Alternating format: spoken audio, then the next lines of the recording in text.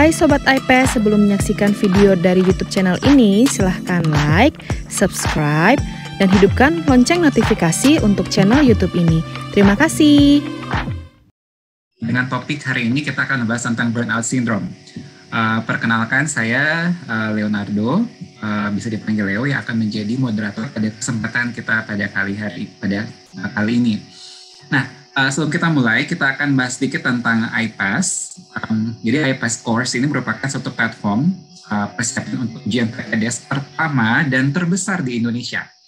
Nah, iPass sendiri sudah berdiri sejak tahun 2017 dan sampai saat ini, iPass telah membantu ribuan sejawat dokter umum dalam persiapan ujian PPDS. iPass juga menyediakan bimbingan untuk hampir semua prodi spesialis yang ada dengan total prodi sampai 25 prodi yang ada di Indonesia. Dan tidak hanya itu, iPass juga membahas materi dan soal dan juga mempersiapkan sejawat dalam ujian wawancara. Kemudian TPA, TOEFL, MMPI, Jurnal Appraisal, dan juga yang terbaru adalah OSCE dan Skill. iPass terus berupaya untuk menjadi one-stop solution bagi teman-teman untuk menghadapi ujian PPDS. Dan sebagai teman-teman, informasi buat teman-teman, pendaftaran Maret dan April sudah dibuka sejak tanggal 7 Februari tahun 2020. Yuk teman-teman sejawat bisa langsung join untuk mempersiapkan diri menghadapi ujian PPDS. With iPass, we can pass. Jadi tanpa berlama-lama lagi, kali ini telah bergabung dengan kita Dr. Erikson Artosiahaan, spesialis kedokteran jiwa. Dr. Erikson ini adalah senior saya yang kalau saya bilang sudah tidak bisa diragukan lagi sepak terjangnya. Beliau menyelesaikan pendidikan sebagai seorang psikiater pada psikiatri di FKUI RSCM. Dan beliau juga dalam penelitiannya ini untuk mencapai gelar sebagai spesialis kedokteran jiwa, beliau menjadi co-creator untuk modul terapi musik untuk orang-orang dengan gangguan jiwa pertama di Indonesia. Beliau juga adalah founder Indonesia Left-Handed. Kemudian beliau juga aktif hingga saat ini di IG Live Bincang Inspiratif, dan juga ternyata Dr. Erikson ini memiliki bakat untuk di bidang seni. Jadi tanpa berlama-lama lagi, saya persilakan Dr. Erikson untuk sharing kepada kita semua tentang burnout syndrome. Kepada Dr. Erikson, saya persilakan. Baik, terima kasih pada Dr. Leonardo Lalima atas perkenalannya. Dr. Leo ini ya junior saya, sebentar lagi juga akan lulus ya dokter ya, sebagai seorang psikiater sebentar lagi menjadi rekan sejawat. Terima kasih atas perkenalannya. Selamat malam kepada rekan-rekan semuanya di dalam webinar iPass ya. Sebelum saya memulai materi kita ini, yang join itu 16 orang ya, nggak apa-apa ya, mau sedikit mau banyak, yang penting kita berharap materi ini bukan hanya kuantitas yang mengikuti saja, tapi bagaimana kita bisa mencerna, berdiskusi sama-sama ya. Bukan berarti kalau Dr. Erikson yang membawakan burnout, wah ini kayaknya Dr. Erikson yang paling anti burnout nih, paling enggak ya. Kita semuanya sebenarnya bisa beresiko untuk mengalami burnout, tinggal bagaimana kita mencegah, mendeteksi, dan menangani ketika hal tersebut sudah terjadi. Saya boleh cerita sedikit ya teman-teman ya. Kebetulan ya karena kita sedang mengalami pandemi COVID gelombang ketiga ya. Ya puji Tuhan sih saya saat ini sedang isoman ya. Isoman di rumah. Kemarin itu positif hari Kamis, positif PCR ya, CT-nya 21. Tapi ya semoga saya dapat membagikan materi kepada teman-teman, saya dapat berdiskusi dengan baik, dan semoga nggak batuk-batuk ya. Kemarin soalnya sampai hari ini masih batuk-batuk nih. Tapi semoga dengan semangat, dengan doa, kita dapat berdiskusi dengan baik. Oke, saya share screen dulu ya teman-teman ya. Oke, sebentar ya.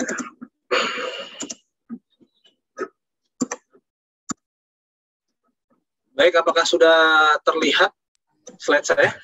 Sudah terlihat ya.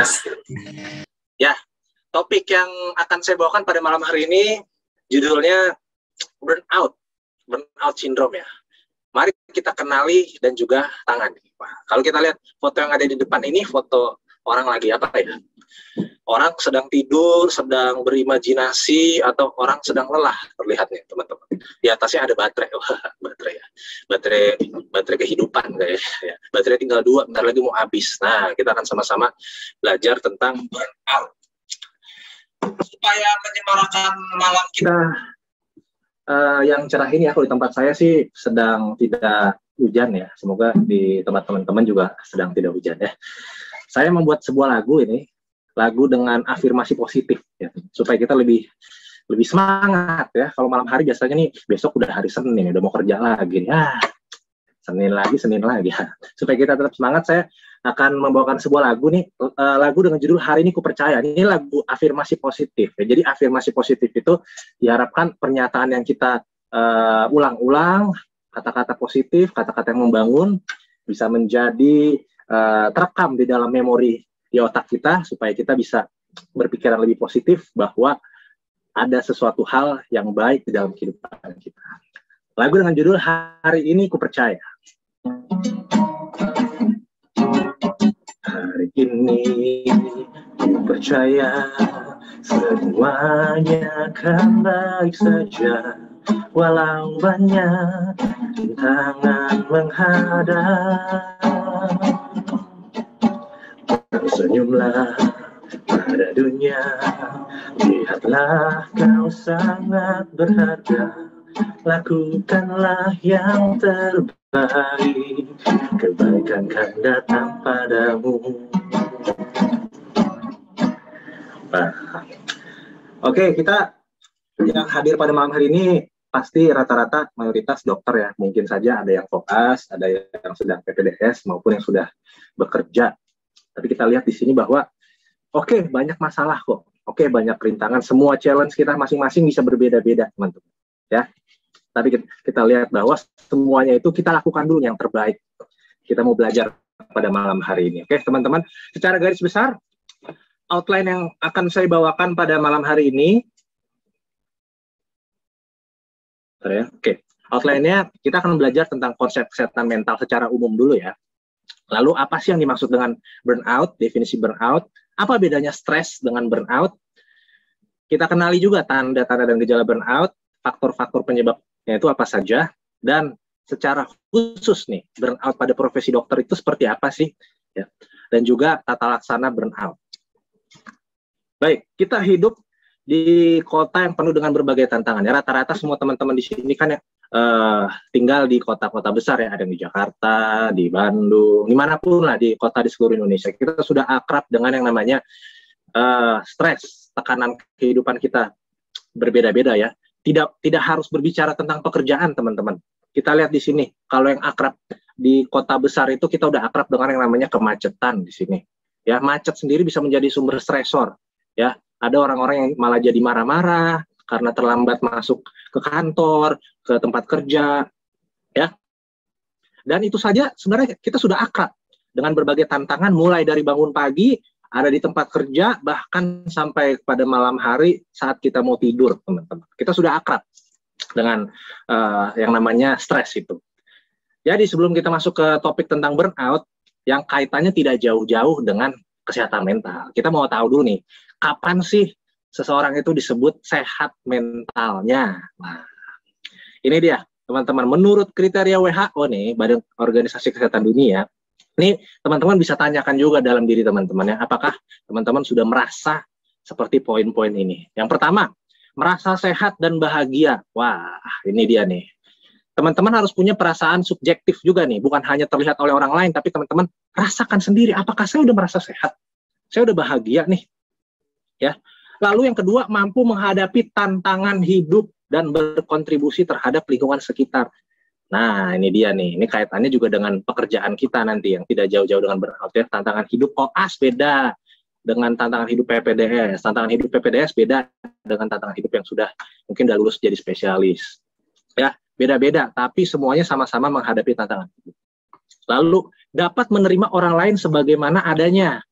Bersikap empati dan tidak bersikap negatif terhadap orang yang berbeda. Ya, kita punya nilai-nilai kita masing-masing, punya value masing-masing. Apakah kita hanya bisa memaksakan semua orang harus ikut apa yang kita inginkan, atau kita bisa menerima juga loh perbedaan yang ada di dalam diri orang lain. Intinya kita bisa bersikap positif juga terhadap diri sendiri dan juga orang lain. Kita tahu nih potensi dalam diri kita, kelebihan diri kita, tapi kita juga punya keterbatasan diri kita dan juga orang lain. Lalu dengan stres. Stres itu sebenarnya apa, teman-teman?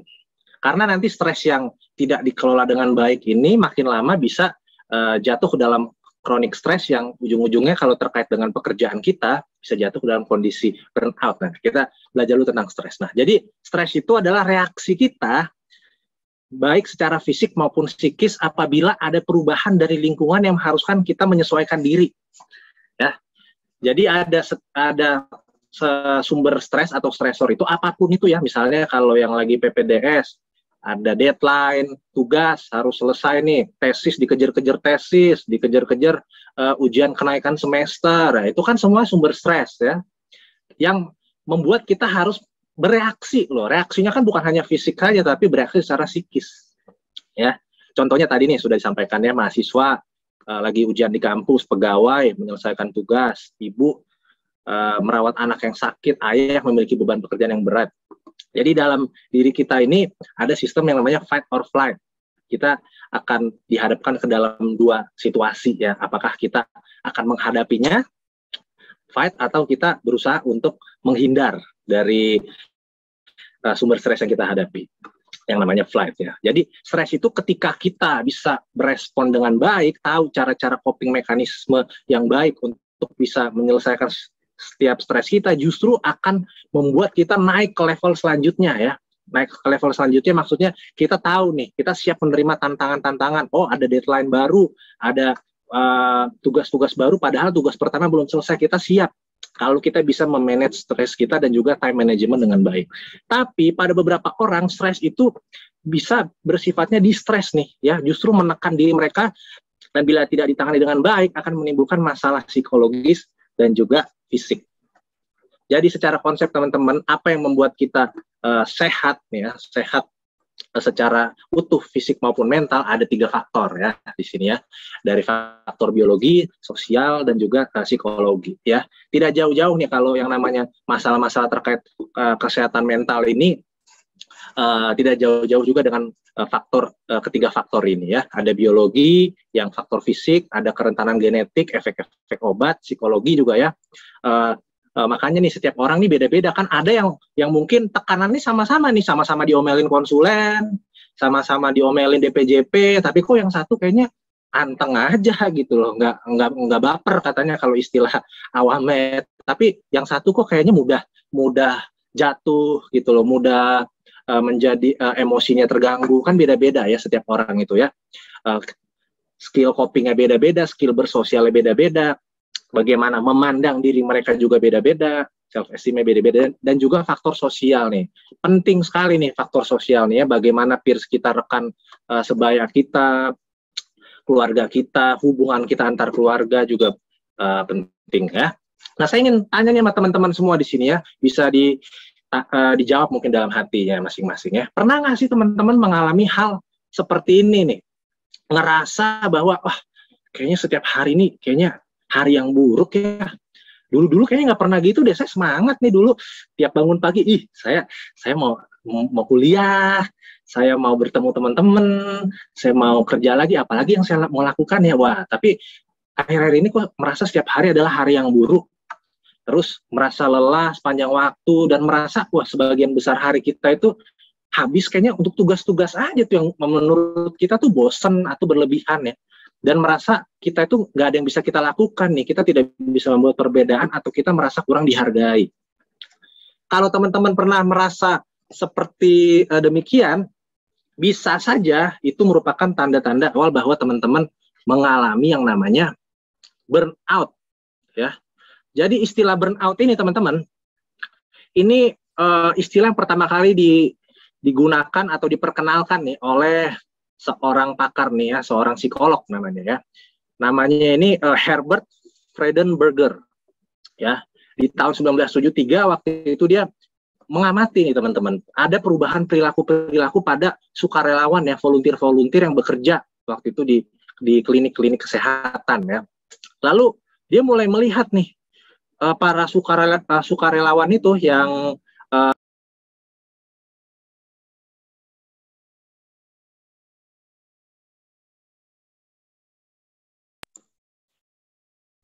halo, tadi sempat ke-mute ya?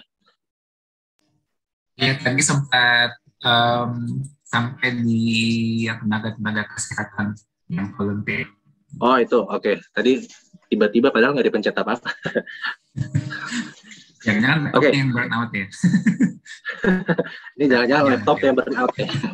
Ya, baik saya lanjutkan ya. Jadi ini seorang psikolog yang namanya Herbert Freudenberger ini melihat ya di kumpulan para sukarelawan atau volunteer itu, dia melihat orang yang terus-menerus bekerja itu selama bertahun-tahun ya dengan jam kerja yang panjang, tidak menentu, ya kerjanya itu aja. Dia melihat mulai mengalami yang namanya kelelahan mental ya, hilang komitmen, menurunnya motivasi ya, seiring berjalan waktu. Dan dia melihat seperti ini kayaknya seperti gedung yang terbakar habis gitu ya.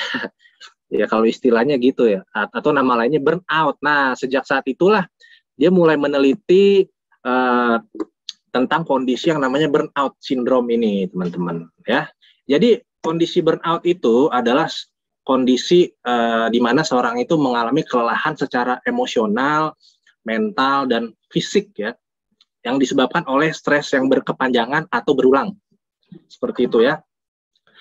Paling sering itu sebenarnya disebabkan di masalah di tempat kerja ya, bisa di kantor, di rumah sakit, atau bagi rekan-rekan mahasiswa kedokteran di kampus juga bisa ya, di universitas ya.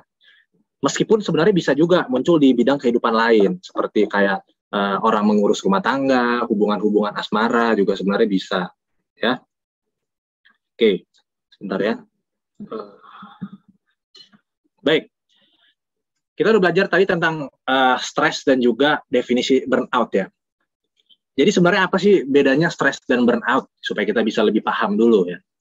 Jadi stres itu beda dengan burnout-nya, ada beberapa karakter ya untuk membedakannya ya. Bisa saja orang-orang burnout itu yang sudah jatuh ke dalam kondisi burnout, awalnya dia mengalami stres dulu ya.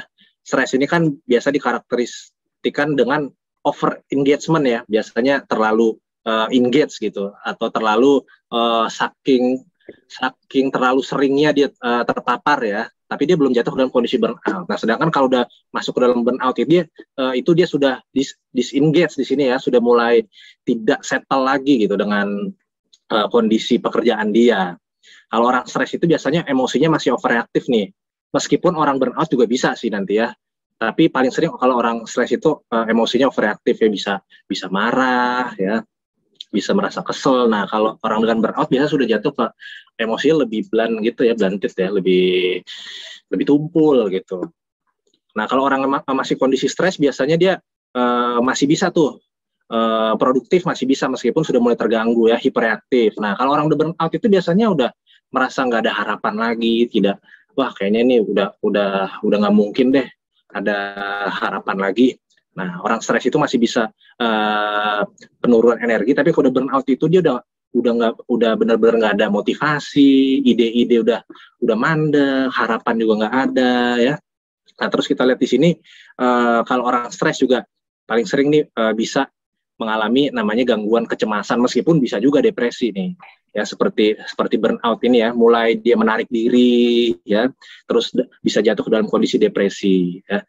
Kalau stres ini dia bisa awalnya itu jatuh kena fisiknya dulu nih, misalnya sakit kepala ya, bisa jadi deg-degan. Nah, kalau udah burnout itu dia yang pertama kali kena biasanya lebih ke arah emosionalnya dulu ya, seperti itu.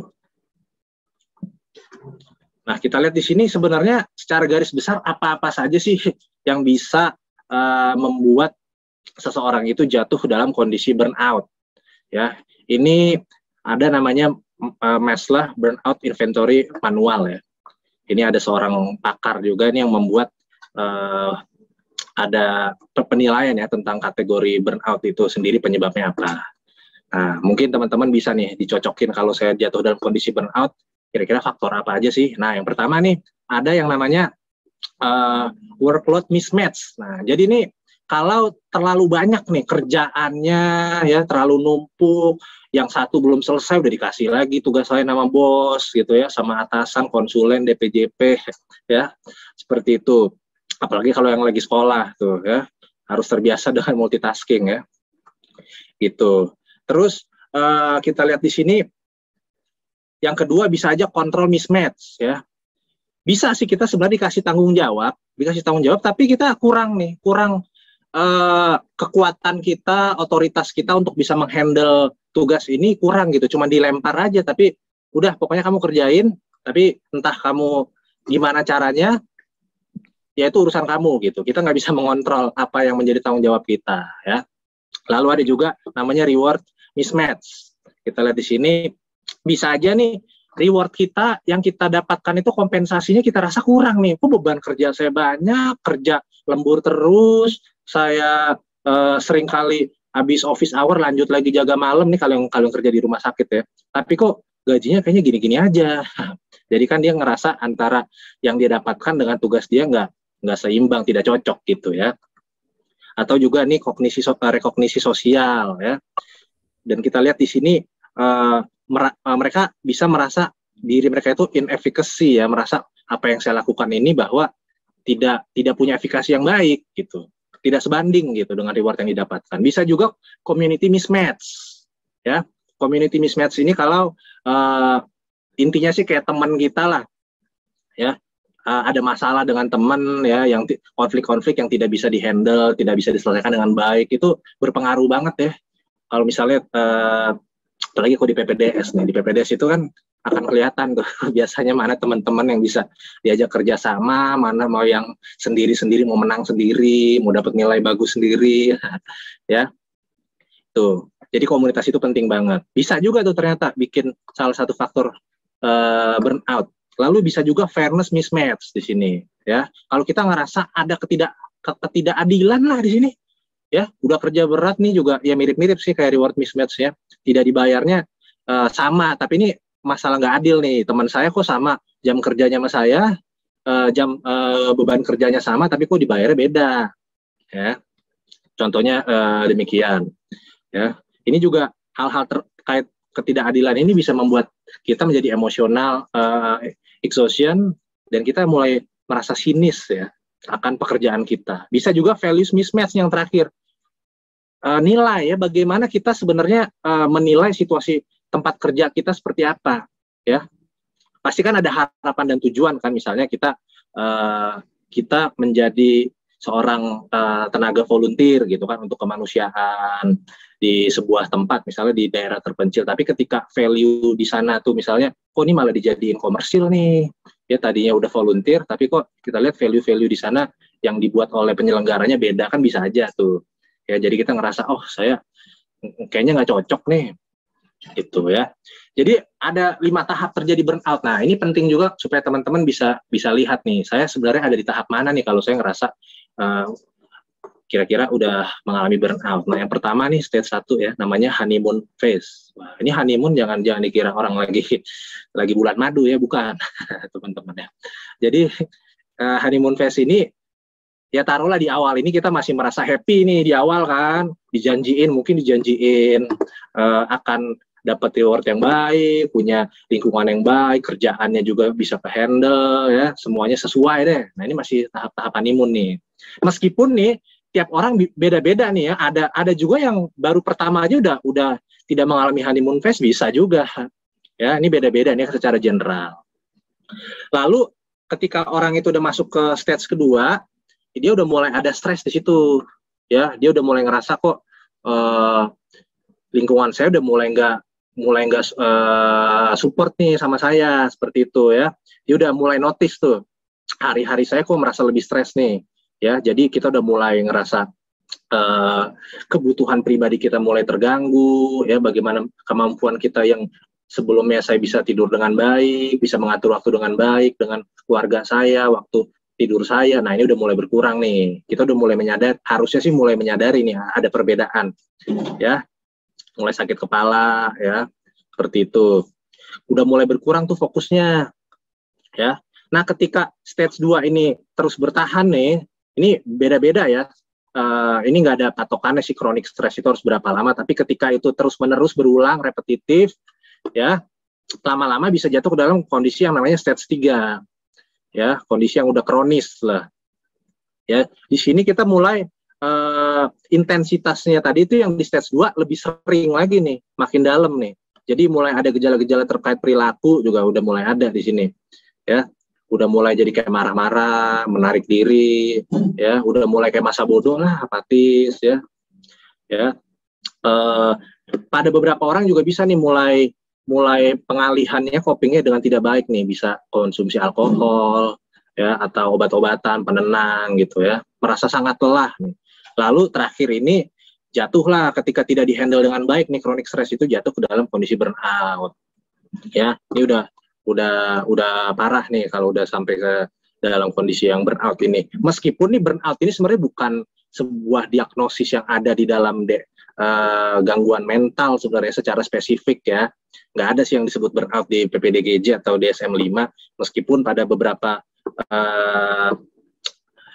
buku yang saya baca ada burnout itu bisa dikategorikan, bisa jatuh ke dalam kondisi gangguan penyesuaian atau juga Z berapa gitu di ICD-10, kondisi yang terjadi karena konflik kehidupan ya kalau nggak salah ya, seperti itu. Lalu yang terakhir ini stage 5, bila burnout itu berulang terus-menerus ya, tidak dihandle dengan baik, tidak di-manage dengan baik, ini bisa lebih parah lagi nih.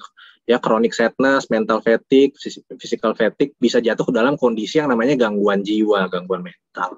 Paling sering itu depresi. Nah, saya kembalikan ini ke profesi kita nih, teman-teman ya. Tidak terkecuali kondisi burnout ini bisa juga terjadi pada kita nih, para dokter dan juga tenaga kesehatan. Dari data yang saya dapatkan ini, penelitian di FKUI ya, Fakultas Kedokteran Universitas Indonesia, ini Prodi Magister Kedokteran Kerja, ini didapatkan bahwa 83% tenaga kesehatan mental mengalami burnout syndrome derajat sedang dan berat. Ini kan artinya sebuah kondisi yang sangat mengkhawatirkan ya. Ya, hampir mayoritas tuh mengalami burnout syndrome derajat sedang dan berat. Pernah lah, minimal pernah gitu pada saat pandemi COVID-19 ini. Dan juga yang saya ingin garis bawahi di sini, dokter-dokter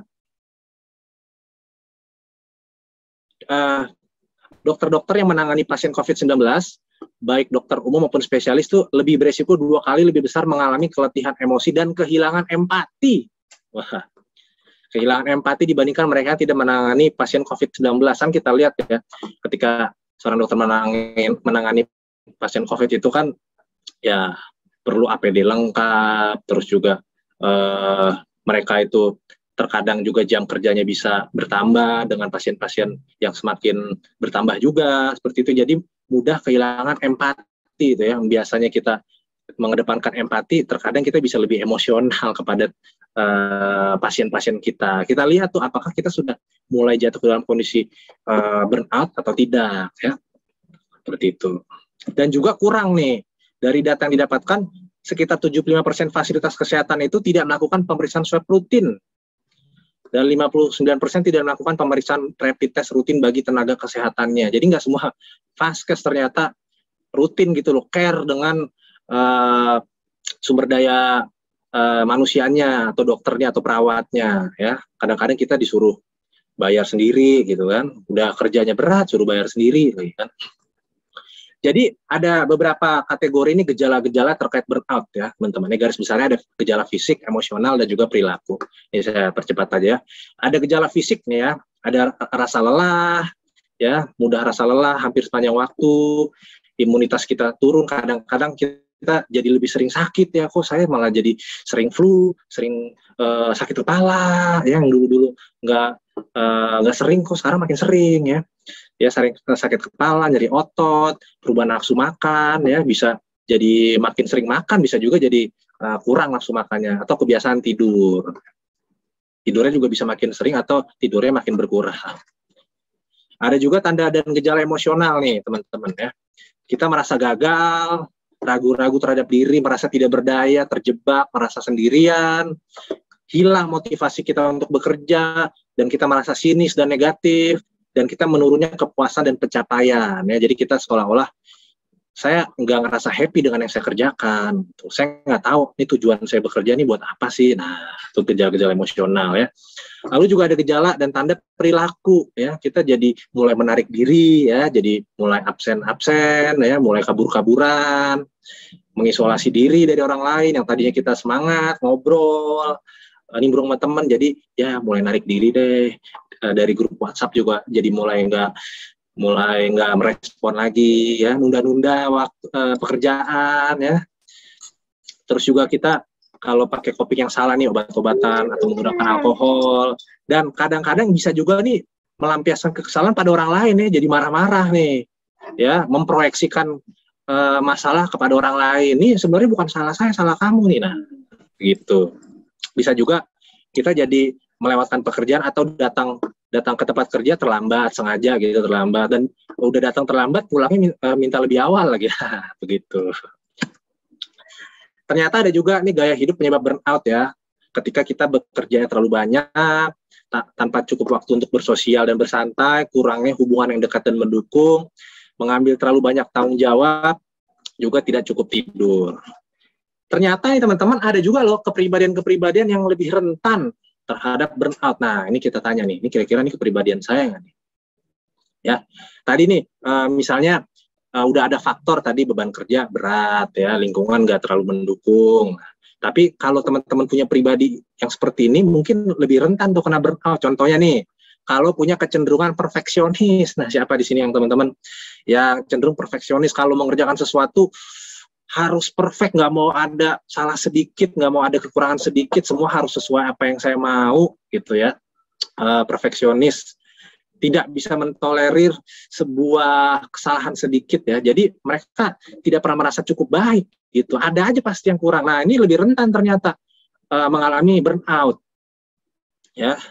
Terus juga kalau punya pandangan pesimis terhadap diri sendiri dan dunia, orang-orang yang butuh untuk memegang kendali. Nah, yang biasanya nih yang narsis-narsis nih harus megang kendali semua sesuai apa yang dia mau, orang harus nurut.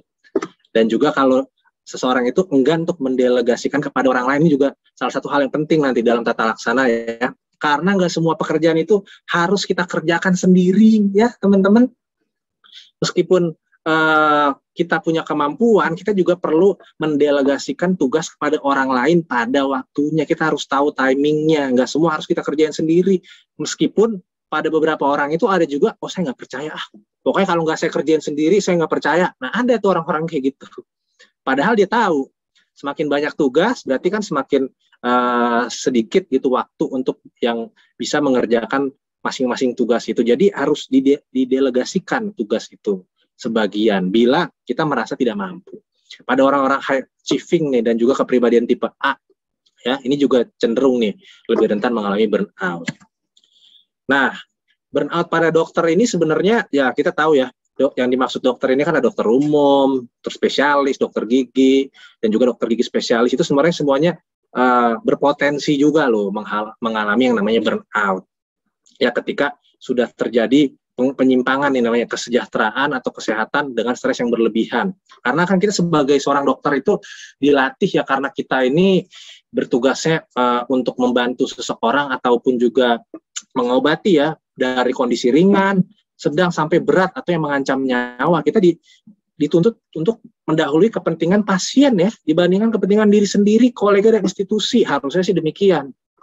Tapi ternyata masih sering didapatkan bahwa seorang dokter itu bekerja terlalu berlebihan jam kerjanya ya, apalagi kalau yang PPDS di sini ya, saya juga pernah merasakan ya bahwa jam kerja kita misalnya sudah selesai stase, lanjut jaga malam lagi ya. Stase misalnya jam 8 pagi sampai jam 4 sore, lanjut lagi kalau misalnya jam ya jaga malam, terus besoknya lanjut lagi stase.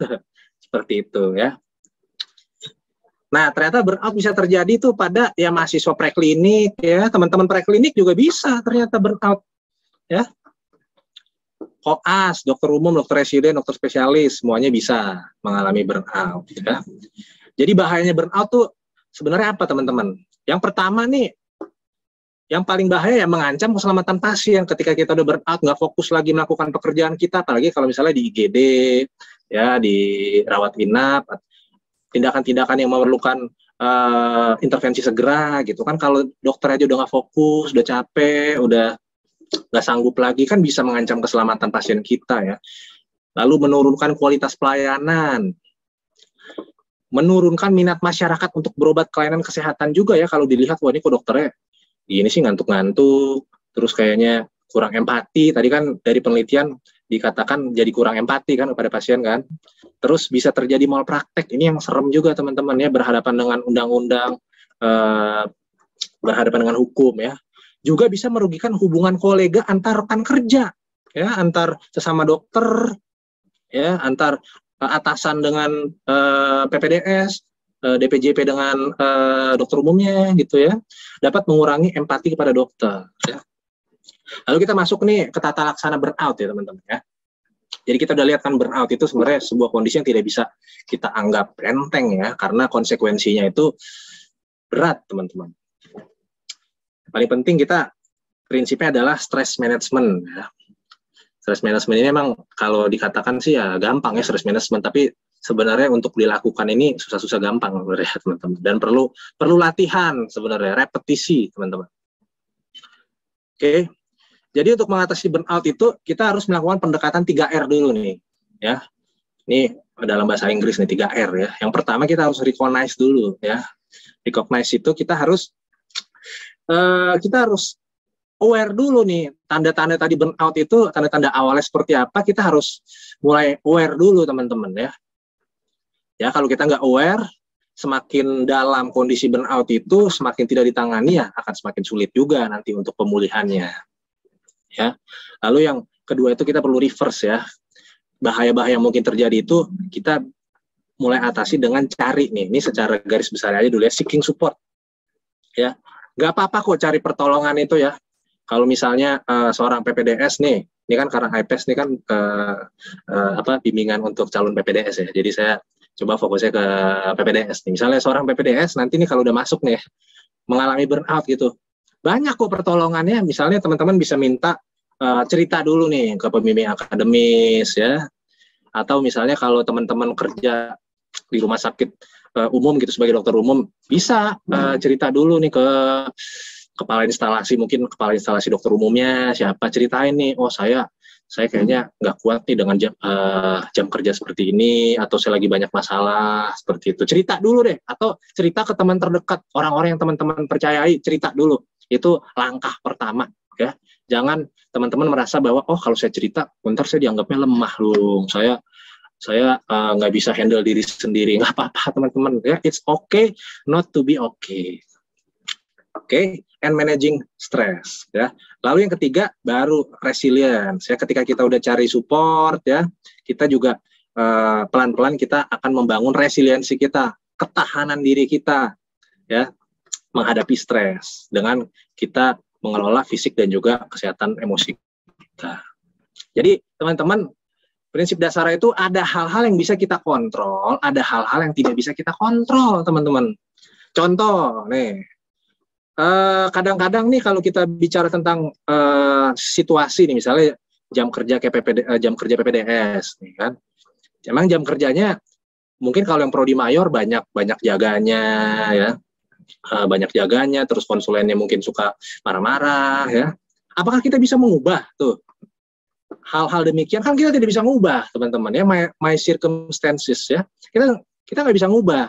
Terus apa yang orang lain pikirkan tentang kita, itu nggak bisa kita ubah, ya. Terus bagaimana how people treat each other, ya, things people do and say, ini ada banyak hal yang kita tidak bisa ubah, tidak bisa kita kontrol, teman-teman. Apa yang bisa kita kontrol? Nah, inilah yang menjadi tugas kita, teman-teman ya. Seperti apa saya memandang diri saya? Bagaimana saya bereaksi terhadap hal-hal yang terjadi? Pilihan saya itu apa? My choices itu apa? Apakah saya mulai aware dengan kondisi saya bahwa saya sedang tidak baik-baik saja, saya butuh support, ya. Saya mulai melakukan stress management. Nah, ini pilihan kita, itu yang bisa kita kontrol. How I treat other people juga itu merupakan hal-hal yang bisa kita kontrol, teman-teman. Ya, kita juga perlu mereframing cara memandang tempat kerja kita. Ya, ini ada waktu berapa menit lagi ya? Dikasih tahu aja ya kalau misalnya. Bebas Bang, selesaikan materinya. Selesaikan aja. Ya, okay. Menarik untuk membantu teman-teman ya untuk mempersiapkan diri, Bang. Silakan. Iya. Oke. Nanti kalau misalnya udah kelamaan bilang aja, ini juga slide-nya udah nggak terlalu banyak. Yep. Ya, kita juga perlu mereframing ya, kita reframe lagi gitu loh. Bagaimana kita memandang tempat kerja kita. Ya, yang pertama nih mencari keseimbangan hidup. Ya, apa nih sebenarnya yang dimaksud dengan mencari keseimbangan hidup? Nah, kalau bicara tentang mencari keseimbangan hidup ini, kita sebenarnya kita lihat nih, oke lah, kalau saya di PPDS nih, di PPDS saya, misalnya contohnya saya mau jadi dokter bedah, gitu kan? Saya mau jadi dokter bedah, tapi saya sebenarnya nggak suka nih dengan misalnya senioritas atau dengan jam jaga, tapi pastikan dulu emang teman-teman mau nih beneran jadi dokter bedah gitu. Jangan sampai motivasi di awal itu tidak kuat ya. Kalau motivasi di awal itu fondasinya tidak kuat, ya pasti mau ada masalah sedikit apapun atau sebanyak apapun, namanya juga fondasinya udah nggak kuat, itu sulit ya. Mau stress management seperti apa kalau fondasinya nggak kuat, itu sulit teman-teman. Ya, jadi pastikan nih kalau teman-teman nanti mau masuk PPDS, teman-teman masuk PPDS memang prodi yang teman-teman inginkan, passion teman-teman ya. Jangan sampai ini karena saya disuruh orang tua saya. Boleh sih orang tua memberikan masukan tuh boleh, tapi jangan sampai kita kayak kehilangan arah gitu loh. Karena kita juga tadi yang saya bilang, kita juga perlu pilihan sendiri ya. Pilihan yang kita tahu, buat apa loh saya ada di sini? Buat apa saya mengambil prodi PPDS ini ya.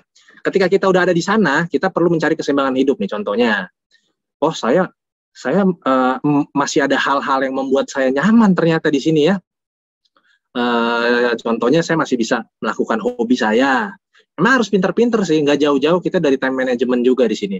Ya, ketika pulang ya sempat-sempatkanlah misalnya melakukan hobi teman-teman meskipun sedikit atau banyaknya waktu ya. Apapun itu, misalnya menyanyi, bermain musik, atau ya apapun itulah, membangun jejaring pertemanan juga ini juga penting banget, apalagi kalau yang mau masuk PPDS ya. Kita bangun jejaring pertemanan, bukan berarti kita membeda-bedakan teman ya. Saya nggak mau temenan sama dia, saya mau eksklusif, enggak. Tapi teman kita itu akan menjadi keluarga kita kalau kita pintar atau menempatkan diri dengan baik ya. Teman-teman kita di tempat kerja kita itu akan menjadi support system kita yang baik juga ya, apalagi yang sudah senior kita nih yang akan memberitahukan juga, begini loh caranya lo menghandle konsulen kita, gini loh caranya membagi tugas dan waktu ya. Juga kita perlu mencari value di tempat kerja kita ya, mencari value ya, nilai-nilai apa aja sih yang ada di tempat kerja kita. Misalnya contohnya kalau di rekan-rekan dokter umum nih, misalnya di rumah sakit ya, gajinya misalnya gajinya tinggi gitu ya, gaji tinggi tapi kok beban kerja berat banget nih, kerja rodi gitu ya, misalnya jaga seminggu 3 kali gitu di luar office hour. Nah, kita harus cari value juga, misalnya yang masih bikin saya senang itu ternyata ketika saya bisa ngobrol bareng sama teman saya di waktu istirahat tuh, misalnya di kamar jaga ya, kita masih bisa ngobrol-ngobrol, gosip-gosip dikit lah gitu ya. Cari kita value di tempat kerja itu kita yang bisa menentukan sendiri teman-teman ya. Dan juga jangan lupa ambil waktu untuk me time. Jangan waktu kita dihabiskan 24 jam itu untuk bekerja aja, kan kita bukan robot teman-teman ya, kita manusia yang perlu jam biologis kita butuh tidur juga ya. Ambil waktu untuk me time ya. Me time itu untuk lepas sejenak gitu dari pekerjaan rutinitas kita. Ya, dari sosial media kita. Ambil waktu sejenak ya, mau liburan sebentar ya, kemana ya, sekarang lagi gelombang 3 pandemi ya, tapi aturlah waktu itu untuk kita bisa keluar sejenak dari rutinitas kita. Tapi dok, saya kan nggak punya waktu dok. Nah, itu kan semuanya kita sama ya. Waktu kita 24 jam dalam sehari, tinggal tergantung bagaimana teman-teman bisa mengambil waktu untuk me time. Nah, ini time management juga penting ya. Jadi ini dibagi menjadi 4 kuadran teman-teman ya. Ada hal-hal yang penting dan tidak penting. Ada hal-hal yang urgent dan juga tidak urgent. Ya, kalau hal-hal yang urgent dan penting nih, ya teman-teman harus lakukan langsung. Ini untuk pencegahan burnout juga nih, kalau berbicara tentang workload yang terlalu berlebihan ya. Ini pencegahannya juga bisa nih, kalau udah tahu tuh urgent, udah tahu tuh penting. Misalnya tugas-tugas deadline, mau maju presentasi, tinggal seminggu lagi, udah lakukan, nggak usah mikir-mikir macem-macem gitu, procrastinator ya. Ya, itu memang PR-nya banyak orang tuh, procrastinator. Lakukan. Tinggal nanti kalau kita mau diskusi lebih jauh nanti soal aplikasi di lapangan nanti kita bisa sampaikan saat kita diskusi ya. Lalu misalnya ini tidak urgent tapi penting. Contohnya misalnya bagaimana saya mau merencanakan liburan saya gitu kan.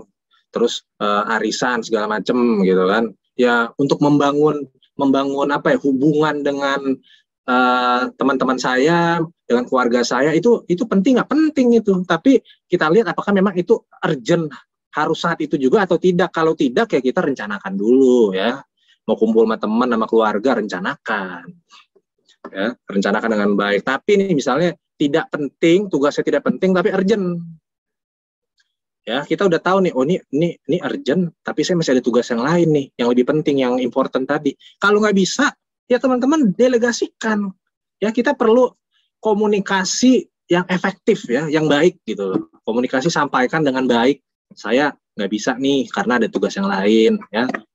Bisa nggak nih teman saya minta tolong bantu, tapi teman ini belum tentu mau bantu. Kalau apa? Kalau ngelihat kamunya selama ini nggak mau bantu dia juga gitu loh.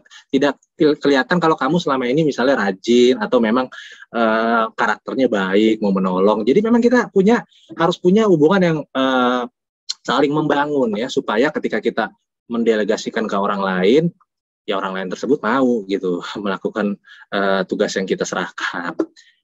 Yang terakhir nih misalnya tidak urgent, tidak important, ya udah dieliminasi. Misalnya kelamaan nih teman-teman hanya ngecek sosial media aja, ngecek Instagram terus gitu, ngeliat-liat berita-berita yang mungkin menghabiskan waktu teman-teman ya. Bukannya nggak boleh lihat berita, boleh ya, tapi kalau misalnya hal tersebut mungkin yang berita-beritanya yang tidak terlalu penting ke teman-teman, nggak urgent juga, banyak menghabiskan waktu yang tidak penting, nah teman-teman harus bisa mengeliminasi, hilangkan itu teman-teman ya.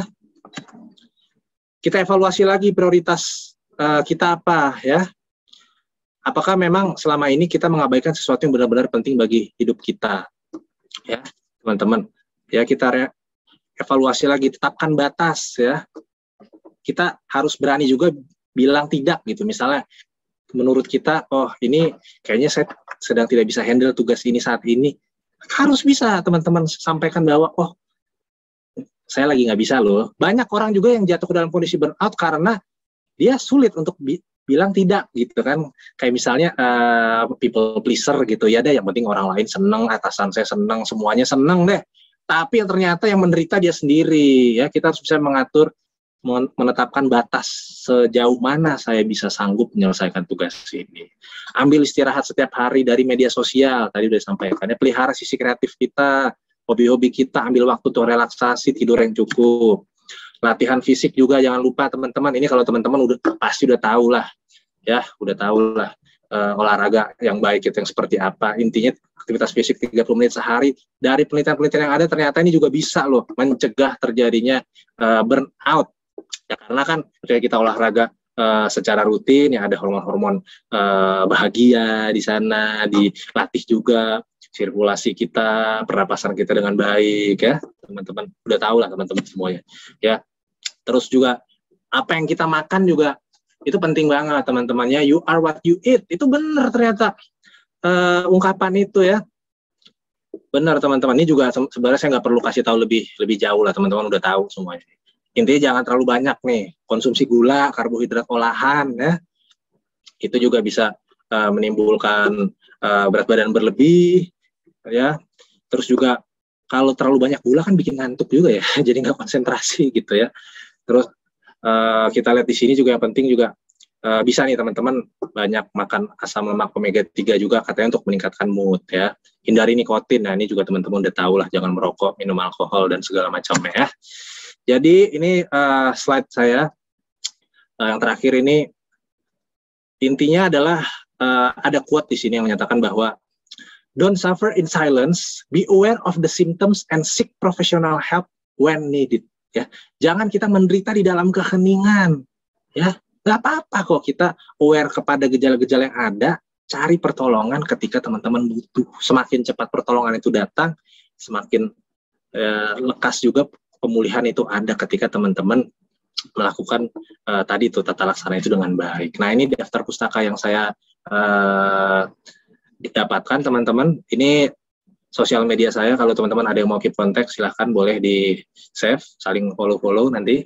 Ya, ini saya kembalikan dulu ke moderator kita Dr. Leonardo untuk diskusi lebih lanjut. Terima kasih. Baik, terima kasih banyak Dr. Erikson. Kita kasih tepuk tangan dulu ya secara virtual. Luar biasa sekali materi yang disampaikan Dr. Erikson ini, dan tadi kita banyak dapat tips sebenarnya ya. Nanti kita coba elaborasi lebih lanjut. Memang ketika dikasih topik tentang burnout, saya juga relate gitu ya. Sebagai seorang PPDS, rasanya ini topik yang mungkin menjadi konsumsi sehari-hari gitu ya. Apalagi sekarang gelombang ketiga, terus juga kalau PPDS mungkin di bagian-bagian mayor gitu, mungkin teman-teman juga bertugas gitu untuk membantu pasien-pasien COVID. Nah, rasanya ini topik yang sangat menarik.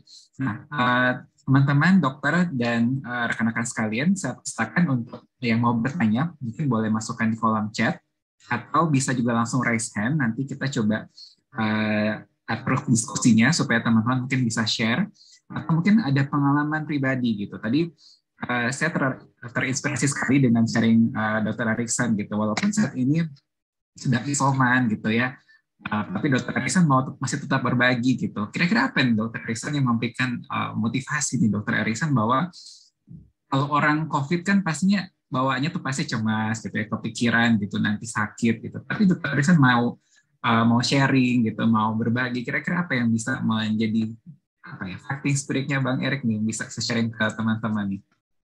Ya, terima kasih Dr. Leo. Jadi memang jujur aja sih, tadi pagi juga saya kasih rasa lemes-lemes juga, batuk-batuk ya. Cuman saya kan teringat juga, memang sudah dijadwalkan juga ya untuk malam ini, dan di atas itu juga saya ingin berbagi ya sedikit pengalaman lah ya, bukan berarti saya lebih dari teman-teman, enggak. Ya berbagi aja lah materi-materi yang pernah saya pelajari juga ya, sama Dr. Leonardo juga di pendidikan dokter spesialis dokteran jiwa ini, supaya kita dapat mengaplikasikannya ya. Syukur-syukur kalau teman-teman bisa mencegah sebelum burnout itu sendiri terjadi.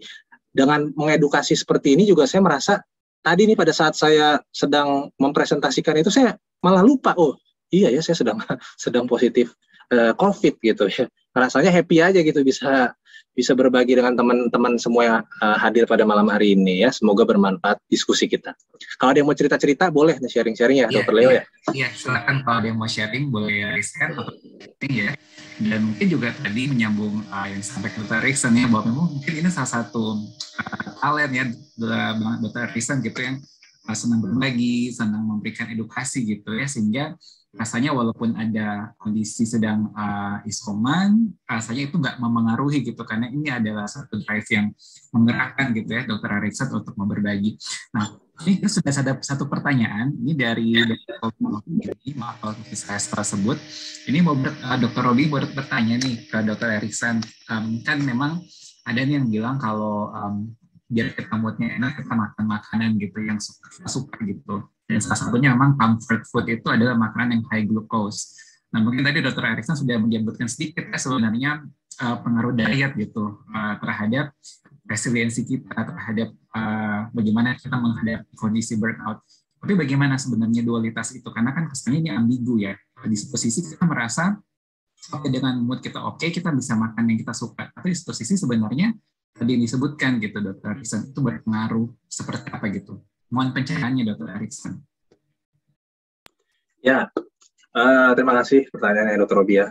Jadi sebenarnya saya bukan melarang teman-teman makan kandungan makanan yang ada gulanya juga ya, bukannya nggak boleh. Boleh kok, saya juga makan coklat, saya juga makan gitu kan, minum-minum yang mengandung gula juga saya juga lakukan gitu. Tapi yang ingin saya tekankan di sini adalah kita perlu membatasi diri juga ya, karena kan ketika terlalu banyak gula kan juga itu kan bisa ketika kondisi gula semakin meninggi itu kan dampaknya kan tidak baik ya teman-teman ya, dampaknya itu tidak baik. Dan kita lihat di sini kalau kita semakin sering mengkonsumsi gula-gula itu, kalau saya baca di sini ternyata itu berpengaruh juga ya terhadap peningkatan kondisi stres ya. Mungkin di sini ada teman-teman yang penyakit dalam juga ya. Jadi dari jurnal yang saya dapatkan itu memang kita perlu membatasi diri juga dalam mengkonsumsi glukosa ya. Bukannya nggak boleh, kan kita seringkali kan mengkonsumsi yang namanya nasi, dari nasi aja kan juga udah ada kan gulanya di situ kan. Cuman kita perlu membatasi diri. Nah, seperti itu. Apapun yang berlebihan itu pastinya tidak baik ya. Tidur berlebihan tidak baik. Seperti itu. Makan apapun kalau berlebihan itu tidak baik. Intinya kita bisa mengontrol diri ya. Kalau misalnya teman-teman ngerasa dengan misalnya makan coklat, mood saya lebih bagus ya boleh.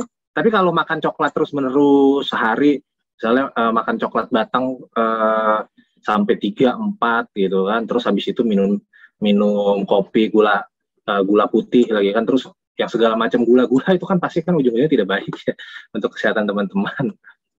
Seperti itu. Terima kasih. Ya, sip, terima kasih. Jadi rasanya kita menyeimbangkan ya.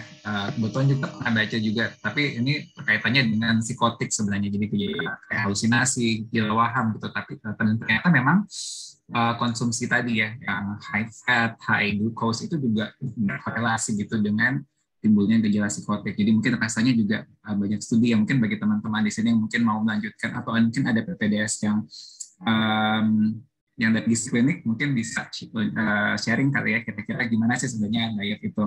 Nah, sembari menunggu teman-teman, saya sekali lagi mengundang teman-teman untuk bisa memberikan pertanyaan lewat kolom chat atau bisa raise hand untuk mau bertanya langsung kepada Dr. Iksan. Dan sembari kita menunggu ke teman-teman, saya mau bertanya nih ke Dr. Iksan. Kan memang tadi disebutkan ya bahwa memang untuk burnout ini tidak ada di klasifikasi diagnosis ya. Tadi Dr. Iksan sempat menyebutkannya kalaupun di pas-pasin mungkin masuknya ke gangguan penyesuaian atau kodesat.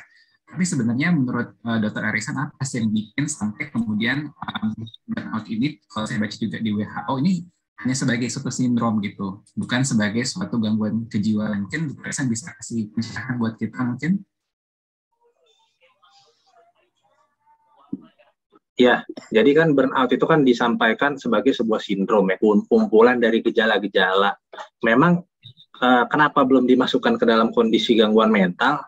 Karena kan kalau disebut gangguan mental harus memenuhi kriteria diagnosis dulu ya. Kriteria diagnosisnya kalau misalnya sampai kondisi depresi sudah harus ada gejala-gejala kayak mood terdepresi terus-menerus gitu kan, terus ada hilang minat, hilang energi juga, dan juga ada beberapa gejala-gejala lain minor lainnya ya, seperti sulit konsentrasi segala macam. Nah, terus kalau burnout ini sendiri memang diklasifikasikan spesifik gitu, Dr. Leo dan teman-teman, spesifik kepada bidang occupation tertentu. Memang penyebabnya itu udah pasti satu bidang tertentu itu.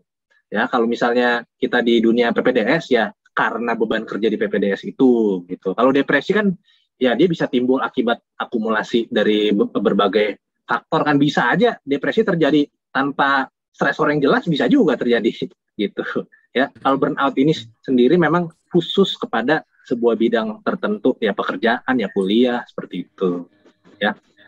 Baik. Terima kasih Dr. Iksan untuk pencerahannya. Ada lagi pertanyaan dari dokter atau ya mungkin Mas Alfonso, saya sudah dengan Silalahi. Nah, ini mengucapkan terima kasih untuk motivasi dari Dr. Iksan dan juga Dr. Iksan bisa lekas sembuh.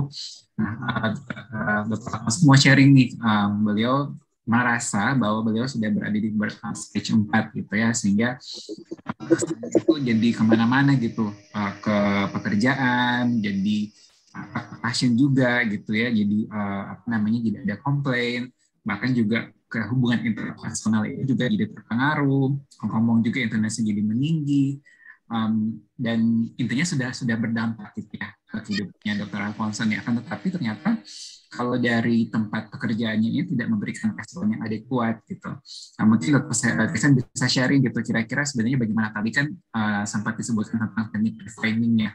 Bagaimana kita bisa mereframe terkait kondisi ini gitu. Ya, mohon pencerahan dari Dr. Iksan.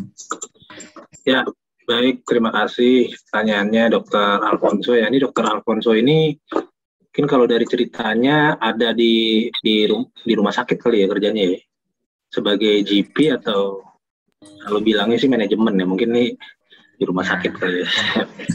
aja gitu ya. Ya, kira-kira seperti itu ya.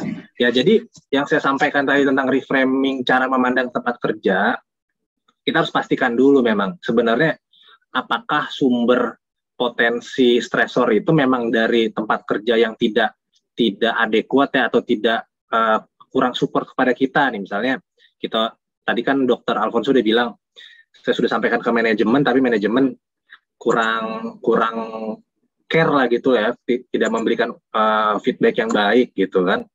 Nah, cara mereframingnya itu sebenarnya tergantung juga apakah memang betul kalau memang semua potensi stresor itu ada di tempat kerja kita ya, misalnya sudah dikasih tahu tidak baik, memang tidak selamanya ya, reframing itu akan bekerja dengan baik seperti itu ya.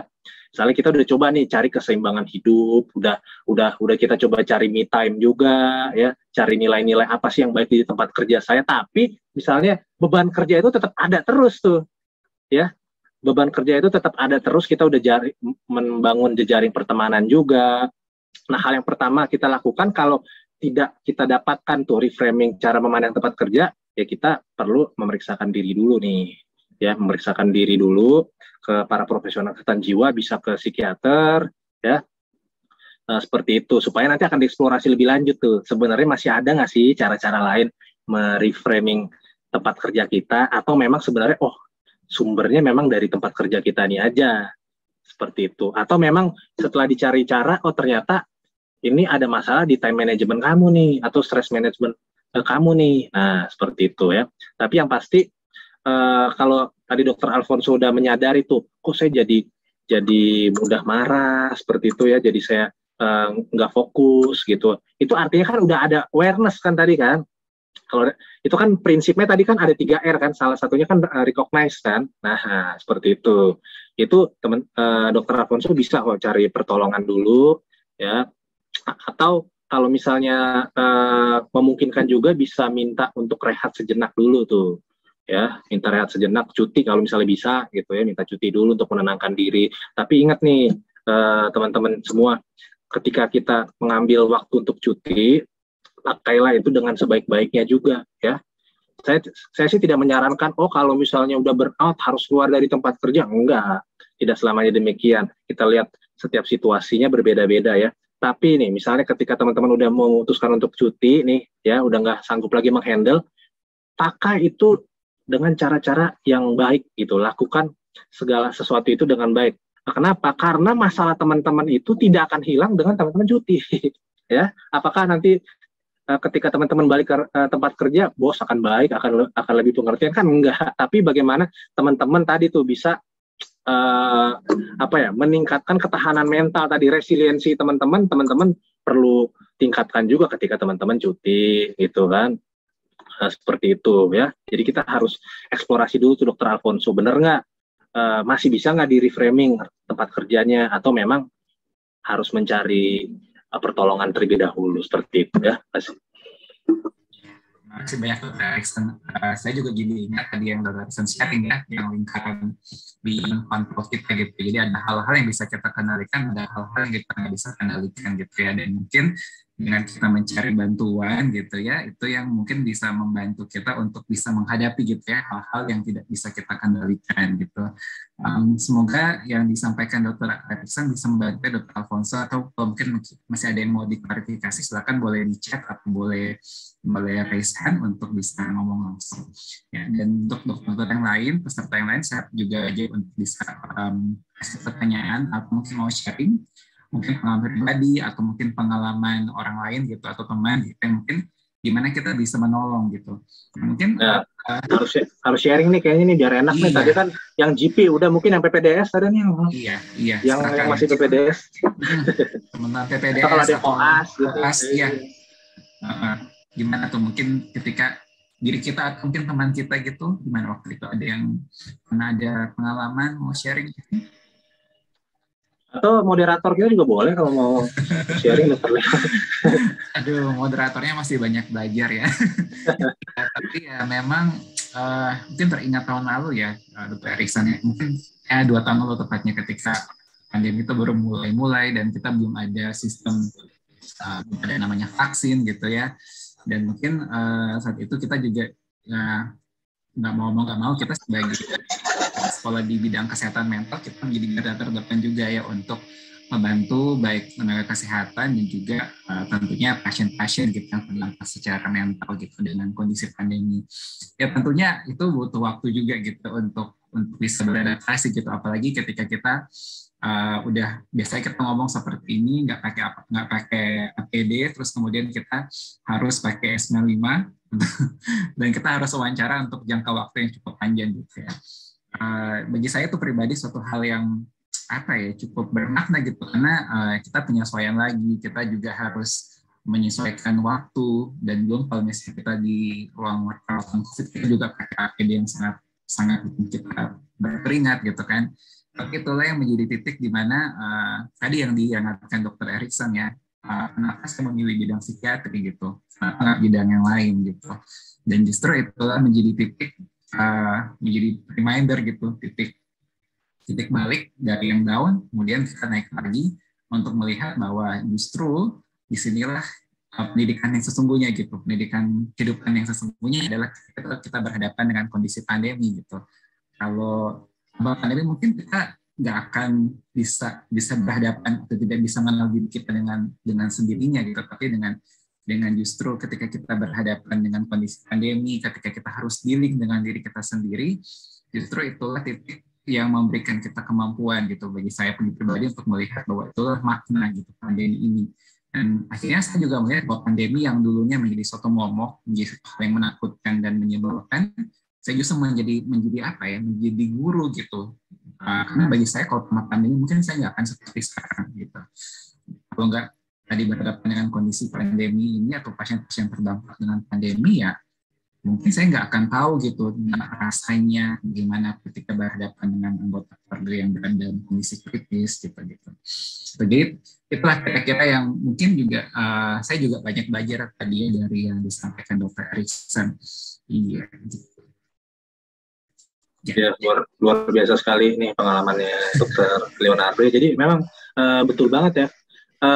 Tadi kan rasa kecemasan itu ketika misalnya belum ada vaksin juga saat itu ya, dihadapkan harus periksa berbagai macam pasien yang kita tidak tahu juga mungkin status COVID-nya seperti apa. Tapi kan di lain sisi kita melihat bahwa perjuangan kita itu kan tidak sendiri ya Dr. Leo dan teman-teman ya. Oh ternyata rekan-rekan saya juga sama nih kayak saya gitu loh, punya kecemasan yang sama. Nah kita saling berbagi nih, kita saling cerita, perasaan saya gini, perasaan kamu seperti apa, saling bertukar pikiran supaya kita merasa bahwa oh kita ini tidak sendiri gitu. Ada juga teman-teman saya yang sama kayak saya, kita bisa saling support loh. Nah biasanya tuh kadang-kadang burnout itu bisa terjadi ketika kita ngerasa kok cuman saya sendiri nih yang mengalami seperti ini, nggak ada orang lain yang bisa ngerti saya gitu loh ya. Dari hal-hal kecil seperti itu kita bangunlah resiliensi pertahanan mental kita dengan mulai bercerita dan mulai merasakan bahwa kita nggak sendiri loh menghadapi ini semua.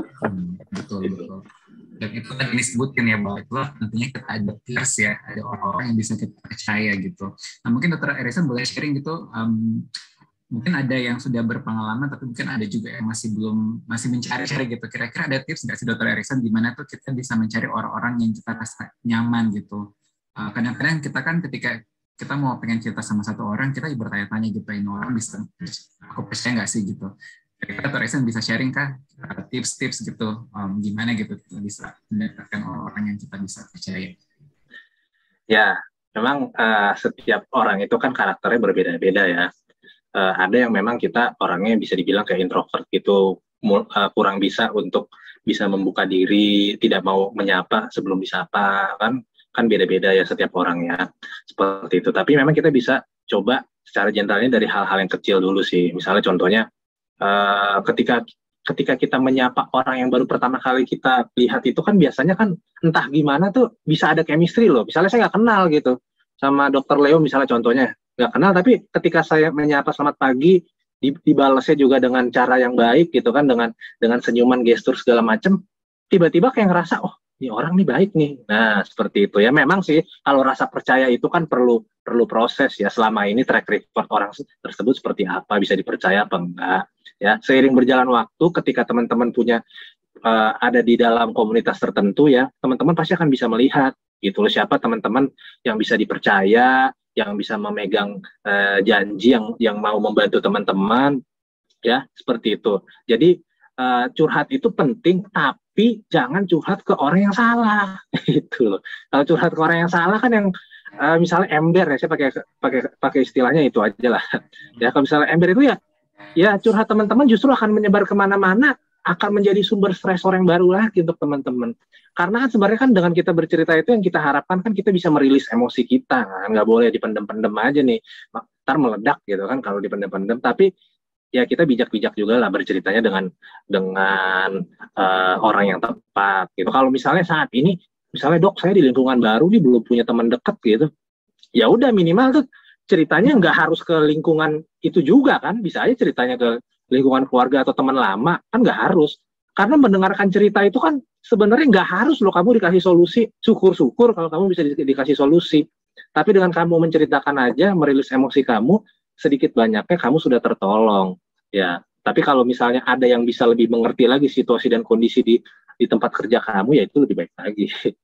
Intinya semuanya sih step by step sih, proses ya, itu semua proses. Tapi yakinlah ketika teman-teman membuka diri, ketika teman-teman bersikap baik, ya berempati, saling membantu. Ketika kita membantu, orang lain juga pasti akan membantu kita.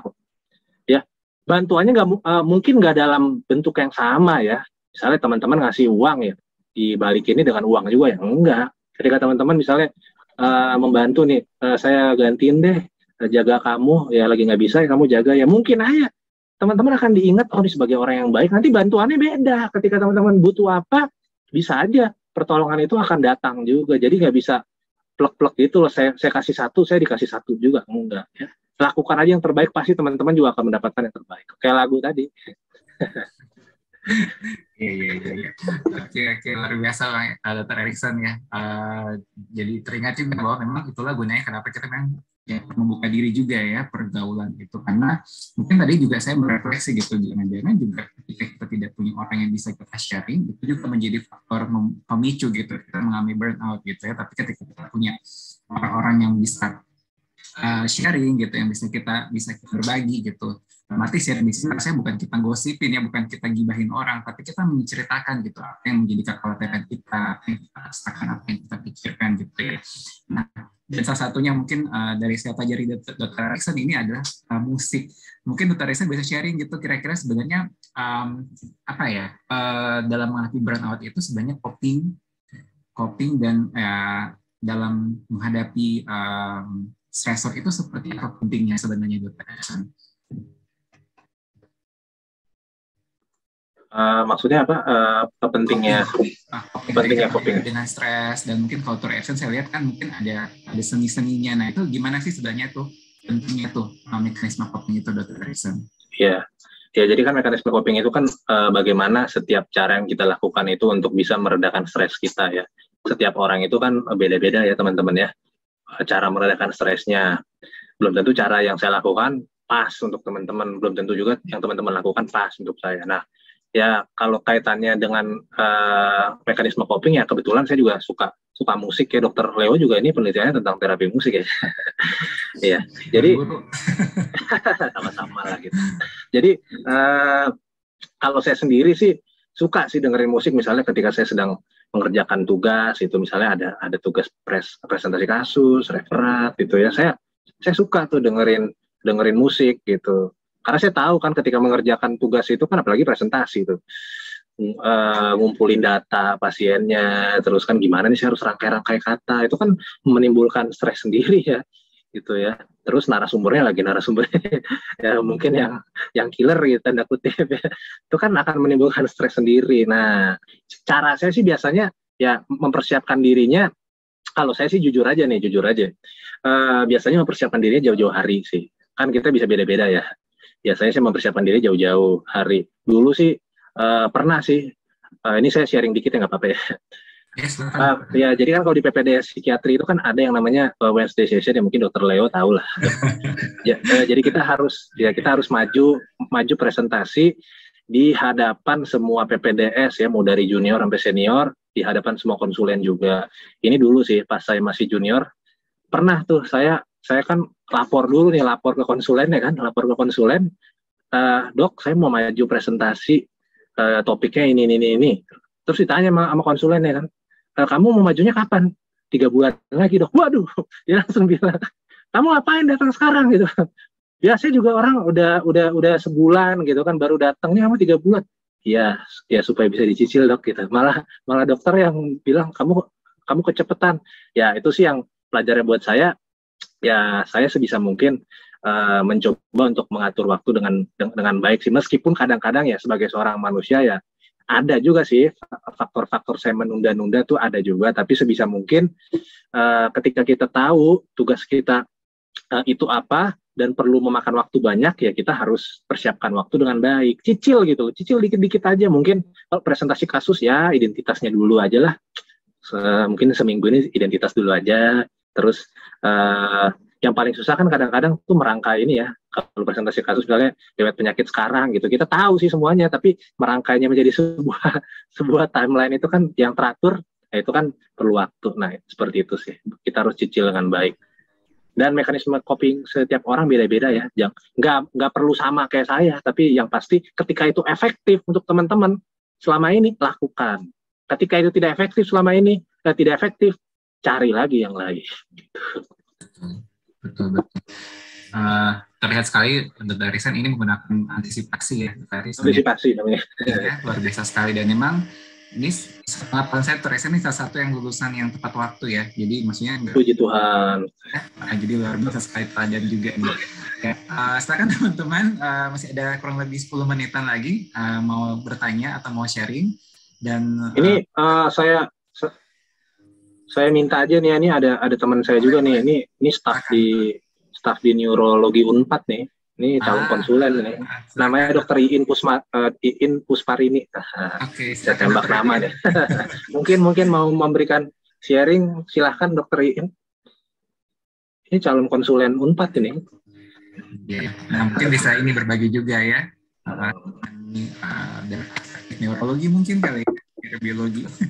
Iya. Mau sharing pengalaman atau mekanisme coping selama ini, boleh?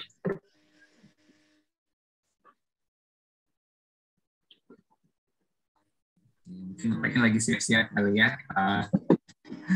Mungkin lagi mempersiapkan juga kali ya. Lagi mempersiapkan diri ya mungkin kita ya, mungkin sebelum on cam gitu. Nah, saya bahas satu pertanyaan yang masih menggelitik nih Dr. Erikson. Tadi Dr. Erikson bilang kan sebenarnya kalau suatu burnout itu berkelanjutan gitu, itu akan timbul suatu gangguan depresi gitu ya. Nah, jadi sekarang nih Dr. Erikson sebenarnya cut off-nya antara burnout sama depresi itu apa? Dan bagaimana sih sebenarnya seseorang tuh bisa dari burnout bisa sampai depresi? Apakah semua orang yang burnout akan mengalami depresi kah?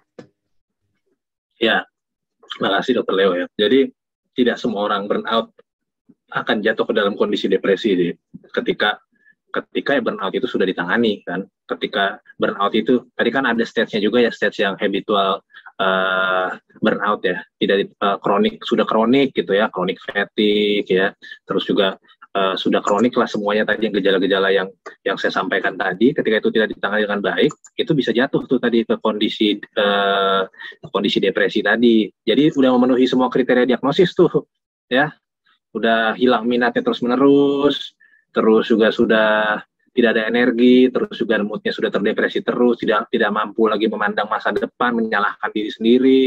Ya, terus juga sulit konsentrasi, bahkan kalau udah berat tuh bukan nggak mungkin juga ya ada ide-ide untuk mengakhiri hidup gitu, udah sampai ada bukan nggak mungkin kalau udah depresi kan, kalau depresi berat bisa sampai ada dengar suara-suara halusinasi seperti itu ya.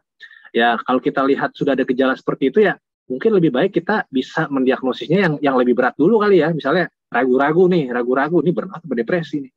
Ya kita mungkin diagnosisnya ke yang lebih berat dulu supaya tidak miss nanti kan untuk tata laksananya. Seperti itu ya. Jadi bahaya sekali memang kalau burnout ini sampai berlarut-larut dan tidak ditangani dengan baik ya. Cari aja pertolongan itu ada kok teman-teman ya, di setiap instansi itu ada. Kalau misalnya di rumah sakit biasanya ngomongnya ke siapa ya? Ya tadi yang saya sampaikan ya, mungkin kepala instalasinya seperti itu ya, misalnya kepala GP-nya. Kalau kepala GP-nya nggak ngerti ya atau nggak mau peduli gitu ya, kita kan biasanya di rumah sakitnya ada psikiater juga gitu kan, kita bisa tuh ngobrol ya, cari apa ya, cari solusi sama-sama. Kalau yang PPDS mungkin bisa ceritanya ke pembimbing akademis tadi ya. Ya semoga pembimbing akademisnya suportif seperti itu. Kalau yang preklinik juga bisa tuh ngobrol ke pembimbing akademis. Ya nanti kan akan disarankan nih perlu nggak nih ke tim konseling. Nanti kan tiap universitas itu kan tiap kampus pasti ada ya tim konselornya yang sudah biasa tuh menangani teman-teman yang mengalami burnout ya. Intinya pertolongan itu ada kok teman-teman. Ya. Gitu. Yang pasti harus membuka diri dulu, mencari support dulu, karena ya nggak selamanya pertolongan itu ya sifatnya kita harus aktif gitu ya. Syukur-syukur kalau ada teman-temannya kamu yang sudah melihat gejala-gejala di dalam diri kamu dan mereka notice gitu kan. Ya mereka akan mencari pertolongan, syukur-syukur kalau ada seperti itu. Tapi kalau teman-teman kalian atau atasan kalian tidak care secara tanda kutip, cari aja pertolongan seperti itu ya. Kasih.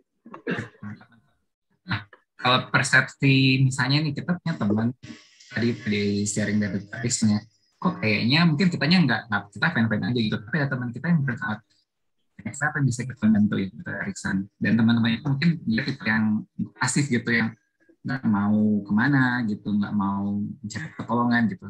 Kita baiknya gimana tuh Dr. Erikson kalau punya teman yang ngalamin burnout? Ya kita memang pastikan dulu tuh benar-benar temannya nggak butuh nggak mau berobat, atau memang dia masih kayak resisten gitu loh. Pokoknya saya nggak mau berobat karena saya takut dicap lemah, saya kan harus kelihatan baik-baik aja. Ternyata bisa aja sih orang itu sebenarnya dia dalam hatinya merasa butuh pertolongan nih, kayaknya ada yang nggak beres nih dalam diri saya. Kan biasanya kalau mahasiswa atau dokter itu kan kita asumsikan insight-nya sebenarnya bagus lah ya, seperti itu ya. Tapi luarannya outcome-nya bisa aja kan dia ngerasa enggak, saya baik-baik aja. Kita harus pastikan dulu gitu. Kita mensupport dia gitu. Kita support bahwa tenang aja, saya ada untuk kamu gitu loh. Saya akan tolongin kamu, akan dampingin kamu ya. Seperti itu. Jadi pastikan bahwa kita tuh ada untuk mereka gitu, dan tunjukkan juga sikap kita bahwa kita tidak judgmental kan. Banyak orang itu kan takut dihakimi ya, tidak mau dihakimi karena stigma terkait dengan kesehatan mental ini kan masih erat juga ya. Tunjukkanlah bahwa kita memang punya sikap yang empati, terus juga non-judgmental, ingin mendampingi mereka. Pelan-pelan sih diharapkan sih mereka akan bisa membuka diri sih, seperti itu sih. Mungkin saat ini bisa aja mereka ngerasa, saya nggak butuh pertolongan. Tapi percaya kalau kita selalu ada untuk mencari pertolongan. Baik, jadi sikap kita sebenarnya memberikan sikap yang terbuka dan juga sikap supportif gitu misalnya, karena ya mungkin kalau bukan kita siapa lagi yang bisa membantu. Mungkin silakan terakhir mungkin dari peserta, dokter dan rekan-rekan sekalian, mungkin ada yang mau kasih komentar atau mau kasih pertanyaan. Mungkin Dr. Iin mungkin sudah bisa bergabung. Dr. Iin gimana nih Dr. Iin nih? Oke, mungkin masih hampir jaga IGD kali, atau mungkin lagi tugas ya. Ya, nah Dr. Erikson, saya ada pertanyaan nih. Salah satu hal kan tadi mungkin juga yang disampaikan Dr. Alfonso ya, dan juga teman-teman yang lain gitu, bahwa ketika kita berada dalam suatu fase burnout gitu, dan kita jadi lebih emosi gitu, ada namanya mungkin anger gitu. Nah, kira-kira mungkin kalau Dr. Erikson melihat anger ini gimana sih sebenarnya, komponen anger ini satu komponen seperti apa gitu dalam berkaitan dengan suatu kondisi burnout? Ya, jadi kalau kita masuk ke dalam tahap yang anger itu, sebenarnya kita sedang tahap tidak menerima juga sih, bukan tidak menerima sesuatunya, tapi dalam keadaan sebenarnya kita seolah-olah kayak menyalahkan keadaan ini loh, tidak terima kenapa saya seperti ini ya, fase kayak memproyeksikan gitu kan, kenapa harusnya ini kan bukan salah saya, ini salah situasi, salah atasan saya, salah teman saya, seperti itu ya. Jadi ketika kita dalam fase ini mungkin kita salah satu hal yang ingin ditanamkan juga, kita perlu mengelola emosi kita dengan baik ya, karena kita punya kecenderungan nih sebagai seorang manusia, biasanya kita lebih cenderung untuk bereaksi awalnya tuh secara emosi dulu tuh. Ya emosi dulu baru deh kata-kata, kan sering tuh seperti itu. Jadi ketika ada emosi yang terjadi merespon situasi, kita harus nilai dulu ini emosi apa sih yang terjadi, belajar untuk mengidentifikasi setiap emosi dan juga menahan diri, diem dulu gitu. Misalnya saya lagi marah nih karena misalnya bos marah-marah sama saya, diem dulu aja gitu. Cuman kita identifikasi, oh ini saya sedang marah. Ya, syukur-syukur kalau bos marah kan biasanya kita nggak bisa bikin apa-apa kan, diem aja kan. Nggak mungkin dong bos marah kita ikutan marah juga. Apaan sih bos, kan nggak gitu. Tapi ketika kita sedang marah atau apapun itulah, emosi apapun itu, kita belajar identifikasi dulu apa yang saya rasakan, kenapa bisa timbul seperti itu, dan belajar untuk berdiam diri dulu. Karena ketika kita merespon emosi negatif dengan cara cepat-cepat, biasanya kita akan menyesal tuh. Misalnya kita lagi marah, langsung tuh kita berespon saat itu juga. Biasanya yang kita keluarkan itu mungkin kata-kata umpatan lah, kata-kata makian lah, yang akan kita sesali di kemudian hari. Jadi apapun itu emosi yang timbul akibat trigger apapun, kita belajar untuk berdiam dulu, diri dulu loh, sejenak, identifikasi dulu, tenangkan diri dulu. Makanya kita perlu kayak melakukan relaksasi juga, tarik nafas dalam, menurunkan ketegangan juga ya, kecemasan atau emosi-emosi negatif lainnya, seperti itu ya. Itu sih dokter Leo. Manajemen ya dokter Erikson ya, kan namanya bagaimana kita bisa menghadapi, karena rugi manajemen ya, kemakan sama emosi kita, terus tadi ya itu udah ngeluarin yang nggak enak, akhirnya orang-orang juga feel gitu sama kita ya, karena kita jadi bawa emosi sendiri. Ya, oke. Nggak terasa tinggal beberapa menit lagi. Mungkin Dr. Erikson mau ngasih satu statement penutup gitu untuk teman-teman di sini terkait tentang burnout. Silakan. Ya, baik. Teman-teman, kondisi burnout ini kondisi yang cukup sering terjadi ya di lingkungan pekerjaan kita, terutama kita sebagai tenaga medis ya, teman-teman. Jadi dengan deteksi yang sedini mungkin, mencari pertolongan sedini mungkin, diharapkan kita akan lebih cepat juga pemulihannya ya. It's okay not to be okay, teman-teman, karena pertolongan itu ada dan pemulihan itu juga ada. Oke, jadi tetap jaga kesehatan kita selalu. Salam sehat jiwa raga, teman-teman. Terima kasih. Terima kasih untuk super message-nya yang menjadi take home message buat kita ya.